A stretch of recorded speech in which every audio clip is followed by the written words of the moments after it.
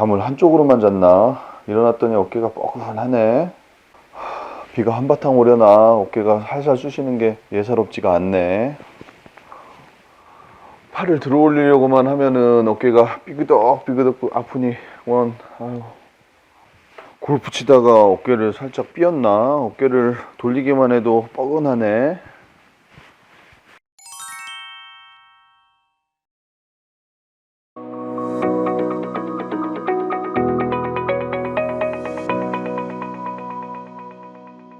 근본부터 근본으로, 근본정형외과 대표원장 닥터 오관절입니다.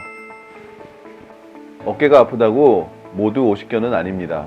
최근 들어 이제까지 막연히 오십견이라고 알려졌던 만성 어깨 통증의 실체가 여러 연구들을 통해 밝혀지고 있습니다.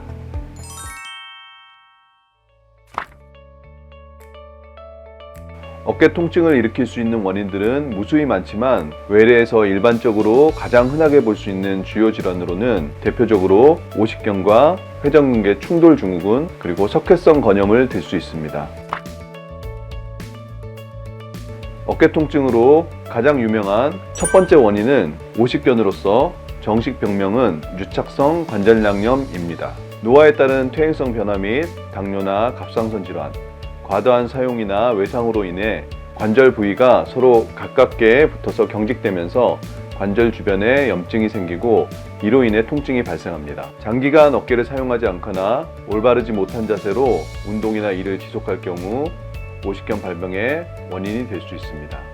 오십견은 어깨가 돌처럼 딱딱해지면서 점점 움직여지지 않고 굳어지는 증상이 나타나며 다른 말로는 동결견이라고도 합니다. 문자 그대로 어깨가 얼음이 얼듯이 단단하게 굳어지는 양상으로 증상이 진행합니다. 두 번째 어깨 통증의 흔한 원인은 회전근개 충돌 증후군입니다. 어깨의 회전을 담당하는 주변 근육과 인대가 마찰로 인하여서 닳거나 찢어지는 경우로 마찬가지로 퇴행성 변화 내지는 과도한 사용, 무리한 운동이나 사고, 외상 등으로 인해 갑작스런 충격이 원인이 되기도 합니다.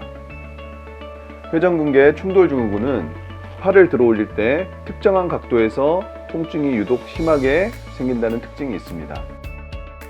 팔을 움직일 때 어깨 상부에 견봉뼈와 회전근개 힘줄이 특정 위치에서 마찰을 일으키게 되고 염증을 유발시키게 되어 이때 특징적인 현상으로는 모로 눕기가 힘들고 야간에 통증이 심하며 높은 선반의 물건을 내리기 힘들거나 자동차 뒷좌석의 물건을 가져오기 힘든 증상들이 나타나게 됩니다. 충돌이 지속되고 마찰이 만성적으로 진행이 되어 회전근개 힘줄이 찢어지는 경우에는 팔이 더 이상 움직여지지 않게 되는데 이는 마치 팔이 마비된 것처럼 보인다고 하여서 가성마비 혹은 거짓마비라고 부르는 증세까지 발병할 수 있습니다.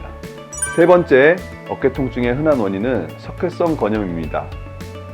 석회성 건염은 어깨 힘줄 내부 혹은 주변부에 알 수 없는 여러 가지 이유로 석회가 발생하게 되어 통증을 유발시키는 질환으로서 장기간에 걸쳐서 발병하고 유지되는 난치성 질병입니다.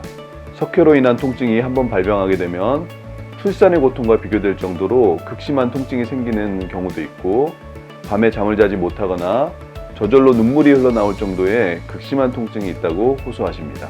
역시 통증으로 인해 팔을 움직이기가 힘든 경우도 있어서 반드시 정형외과 전문의의 진료를 통해서 앞에서 말씀드린 오십견이나 회전근개 충돌 증후군과의 감별이 꼭 필요합니다.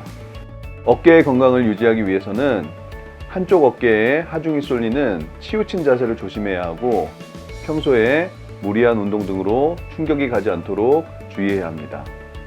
현재 대한민국 3대 국민 건강운동이라고 할 수 있는 수영, 헬스, 골프 등의 운동들이 모두 자칫 잘못하면 어깨 관절에 무리한 자극을 줄 수 있기 때문에 적당하게 올바른 자세로 운동하는 것이 무엇보다 중요하고 평소 운동이나 활동 전에 스트레칭을 습관화하여서 원활한 기능이 유지될 수 있도록 하는 것이 중요합니다. 어깨가 아프다고 모두 오십견은 아니라는 점, 어깨에 발생할 수 있는 대표적인 질환으로는 회전근개 충돌 증후군과 석회성 건염이 또 있다는 사실을 알려드리면서 영상을 마무리하겠습니다. 어깨 건강을 확인하고 질환을 조기 발견하기 위해서는 정기 검진이 필수입니다.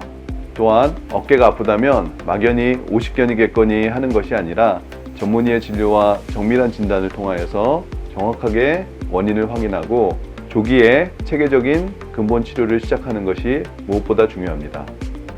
이상 근본 해결, 근본 치료 닥터 우호관절이었습니다. 감사합니다.